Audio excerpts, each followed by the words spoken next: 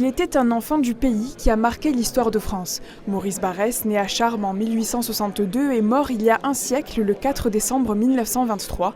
Ses admirateurs, aux côtés d'élus locaux, ont commémoré cet homme politique et académicien samedi dans sa commune d'origine. Le Conservatoire du patrimoine local retrace pour l'occasion la vie du Carpinien dans une exposition. On a des vitrines sur sa famille, on a des vitrines sur ses abus quand il était étudiant. On va même jusque présenter des photos de son enterrement, qui a été un enterrement un peu particulier puisqu'il a eu droit à des obsèques nationales. Un personnage public et influent, Maurice Barrès est élu député pour la première fois en 1889, fonction qu'il occupera d'abord à Nancy puis à Paris pendant 5 mandats jusqu'à sa mort.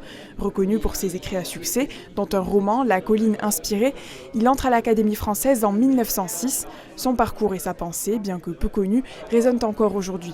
On peut aller vers Barrès dans tous les sens, c'est-à-dire on peut être soit parce qu'on est intéressé par la pensée politique de Barrès, soit simplement parce qu'on est attaché au patrimoine. Il a beaucoup défendu le patrimoine, notamment le patrimoine religieux qui était déjà à l'époque en danger. C'est toujours un combat d'actualité.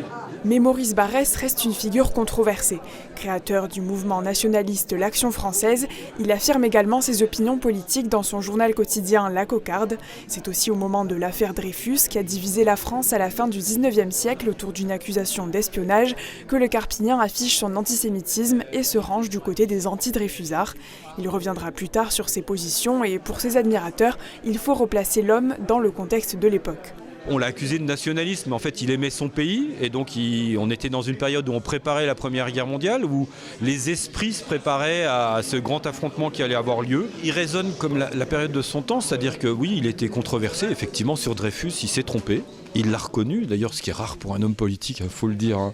Mais il s'est trompé comme beaucoup de Français, et donc il a eu des positions qui sont condamnables. 100 ans après sa mort, et bien que décrié, Maurice Barrès est encore célébré sur ses terres. Ses admirateurs lui rendent hommage tous les ans à Charmes, où il est enterré.